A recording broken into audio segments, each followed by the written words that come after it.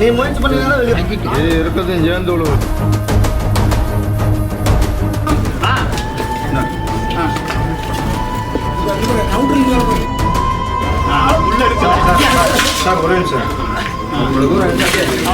புது வீட்டுக்கான அஸ்திவாரம் தோண்டும் போது நடந்த சம்பாவிதம். கீழே தோண்ட தோண்ட பக்கத்தில் இருந்த சுவர் இடிந்து விழுந்த சம்பவம்.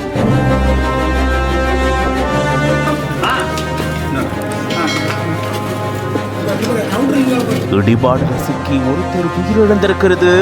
சோகத்தை ஏற்படுத்தியிருக்கு. கரூர் பஞ்சமாதேவி பகுதியில பொன்னுசாமி அப்படின்றவரு புதிதா வீடு கட்டிட்டு வராரு. இவருடைய வீட்டுக்கான சுற்றுச்சுவர் கட்டும் பணியில சிவாஜி, ராஜேந்திரன், மாயவன் ஆகிய 3 கட்டிட தொழிலாளர்கள் ஈடுபட்டிருந்திருக்காங்க. இதுக்காக அஸ்திவாரம் தோண்டும் பணியிலும் இவங்க ஈடுபட்டிருந்திருக்காங்க.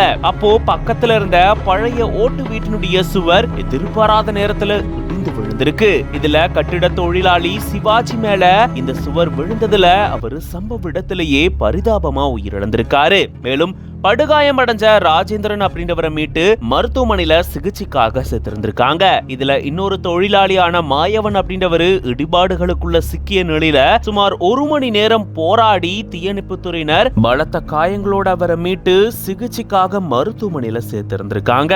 இது தொடர்பா போலீசாரும் விசாரணையில ஈடுபட்டு வராங்க. இப்படி அஸ்திவாரம் தோண்டுவதற்காக குழி தோண்டும் போது எதிர்பாராத விதமா பக்கத்தில் இருந்த சுவர் இடிந்து விழுந்ததுல ஒரு கட்டிட தொழிலாளி உயிரிழந்திருக்கிறது பெரும் சோகத்தையும் பரபரப்பையும் ஏற்படுத்தியிருக்கு.